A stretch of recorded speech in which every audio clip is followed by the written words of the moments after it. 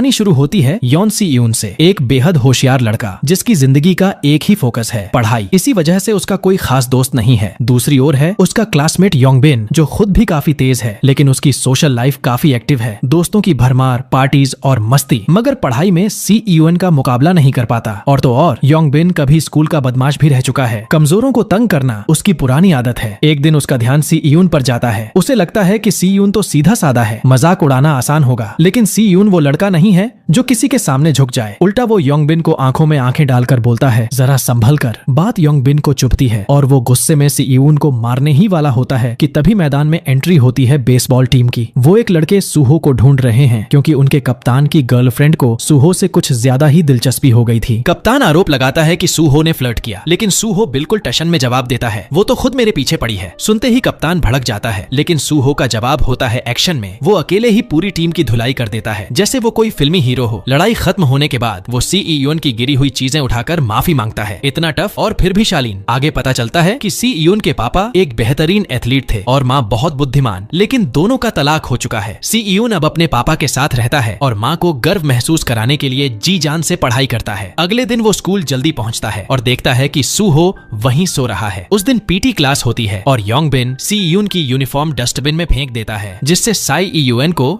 Class की dress में ही दौड़ना पड़ता है। यहीं से शुरू होती है असली परेशानी। योंग बिन और उसके दोस्त सी यून की हालत पर हंसते हैं, लेकिन सूहो फिर से सामने आता है और सबको बोलता है, तुम लोग खुद भी कोई एथलीट नहीं हो। और क्योंकि उसकी बॉडी और एटीट्यूड दोनों दमदार हैं, कोई कुछ कह भी नहीं पाता। सी यून को अब यकीन हो जाता है कि यूनिफॉर्म उन्हीं लड़कों ने गायब की है, तो वो सीधा जाकर बोलता है कि बाज आ जाओ। लेकिन योंग बिन का एक दोस्त उसका कॉलर पकड़ लेता है और डराने की कोशिश करता है। सी यून की खास बात यही है कि चाहे हालत कितनी भी टेढ़ी हो, वो नजरें नहीं झुकाता। सौभाग्य से उसी वक्त एक टीचर आ जाते हैं और मामला शांत हो जाता है। कुछ वक्त बाद सी यून अपने कमरे में पढ़ाई में बिजी होता है कि दरवाजे पर दस्तक होती है। दरवाजा खोलता है तो सामने सूहो खड़ा होता है, जो अब एक डिलीवरी बॉय के तौर पर काम कर रहा है और गलती से सी यून के घर पहुंच गया, लेकिन बिना किसी झिझक के अंदर घुस आता है और पानी मांगता है। अगले दिन स्कूल में एक नया स्टूडेंट आता है, बियोम सियोक, जो एक बड़े नेता का बेटा है। पहले ही दिन योंग बिन और उसके दोस्त उसके पास इंप्रेशन जमाने पहुंचते हैं, लेकिन वो सी यून की सीट पर बैठे होते हैं। सी यून आता है और साफ कहता है कि सीट खाली करो। यिन को तो बस मौका चाहिए था सी यून